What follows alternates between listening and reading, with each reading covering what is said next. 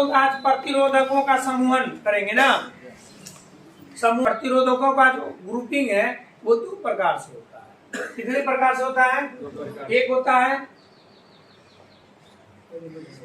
श्रेणी क्रम समूहन ना, सीरीज कॉम्बिनेशन।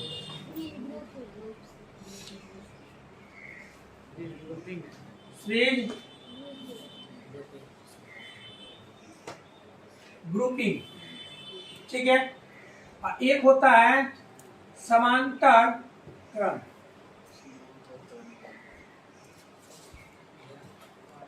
क्रम समूहन, इसको कहते हैं पैरेलल ग्रुपिंग।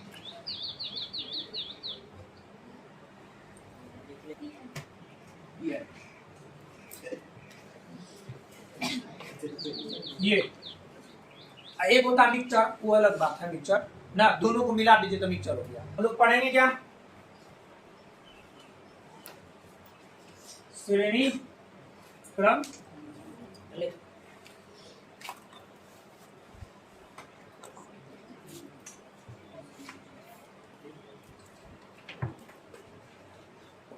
सभी आदमी आप इधर ध्यान से देखिए।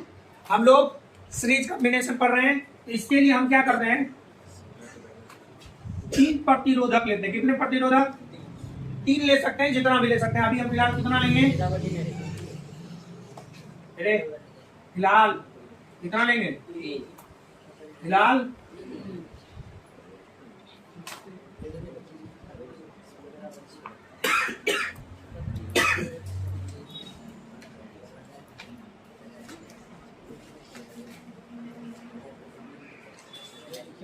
ये 3 प्रतिरोधक है।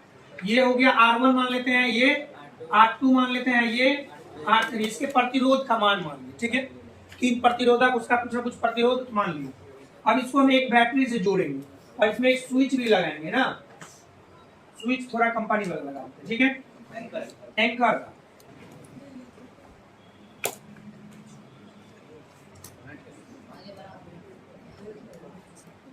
ठीक है।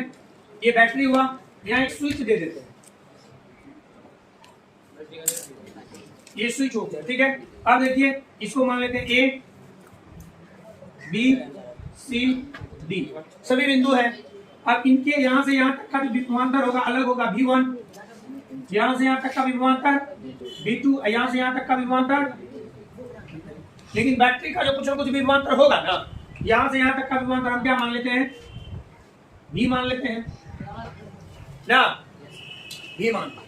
अब इससे धारा जो बह रही है वो आपका I, प्रवाहित धारा क्या है? I धारा प्रवाहित हो रही है। बिंदु A से R1 में प्रवेश करती है, R1 से R2 में, R2 से R3 में, फिर इधर I इधर बाहर निकल जाती है। प्रतिरोध तो अब कह रहा है कि ये जो 3 प्रतिरोध जोड़े हैं, क्या एक प्रतिरोध का मान एक प्रतिरोध से ज्यादा है या एक प्रतिरोध से कम है? अर्थात तीनों प्रतिरोध जोड़ने पर आपको जो मुख्य प्रतिरोध आया है वो पहले अलग अलग से ज्यादा है या अलग अलग से कम है? बात समझ में? तो हम लोग मानते हैं, माना कि 3 प्रतिरोधक ना, माना कि 3 प्रतिरोधक को,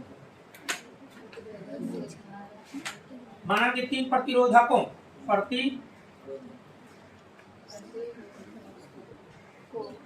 प्रतिरोधकों को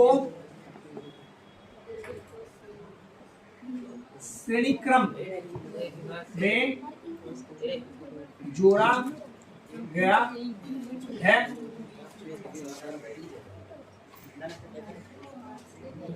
जिसका प्रतिरोध क्रमशः R1, R2 तथा R3 है ना। तीनों से धारा I प्रवाहित होती, तीनों से धारा I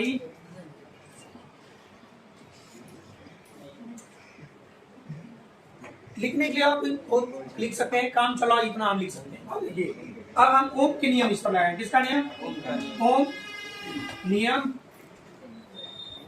ओम नियम से या ओम के नियम से? ओम के नियम में हम लोग क्या पढ़े थे? V बराबर आई आर। ओम के नियम में क्या पढ़े थे?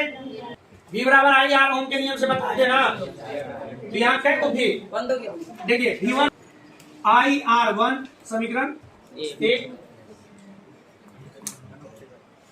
V2 बराबर आई आर समीकरण 2, V3 बराबर आई आर समीकरण 3। यदि बैटरी का विभवांतर V हो तो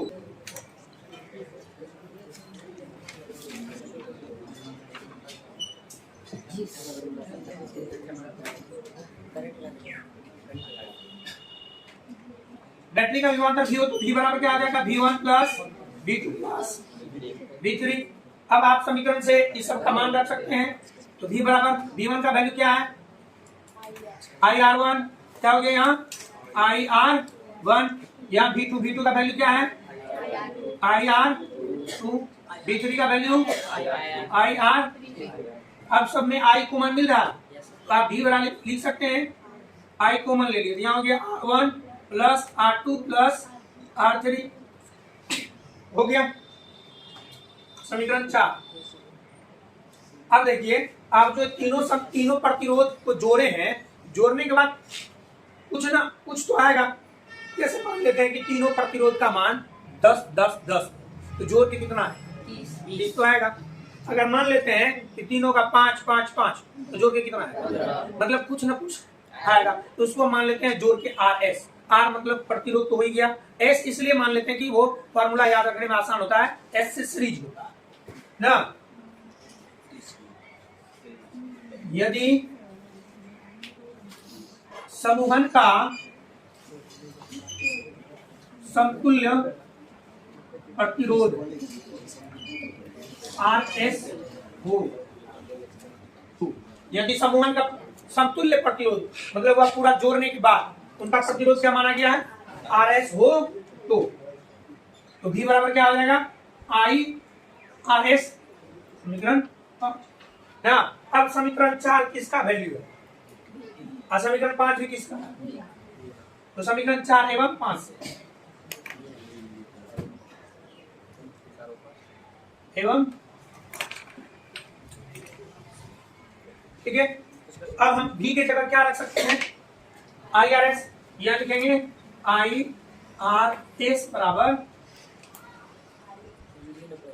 I into R1 plus R2 plus R3। ये I और ये I क्या होता है? कैंसिल। इसलिए RS बराबर R1 plus R2 plus R3। क्या बात समझ में आया? मतलब हुआ कि जो समतुल्य प्रतिरोध होगा उस सभी प्रतिरोध के योग के बराबर, तो मान ज्यादा होगा कि कम होगा? ज्यादा होगा। अर्थात श्रेणी क्रम में जोड़ने पर प्रतिरोध बढ़ेगा कि घटेगा? बढ़ेगा। इसलिए हमें श्रेणी क्रम में जोड़ना उचित, क्योंकि प्रतिरोध पहले से भी ज्यादा बढ़ जाएगा ना। इसी वजह से जब हम एक मेन लाइन में ही सभी जोड़ देते हैं तब वहां तार गलने की खतरा बढ़ जाती है, क्योंकि प्रतिरोध ज्यादा हो गया। बात समझ में आ गया?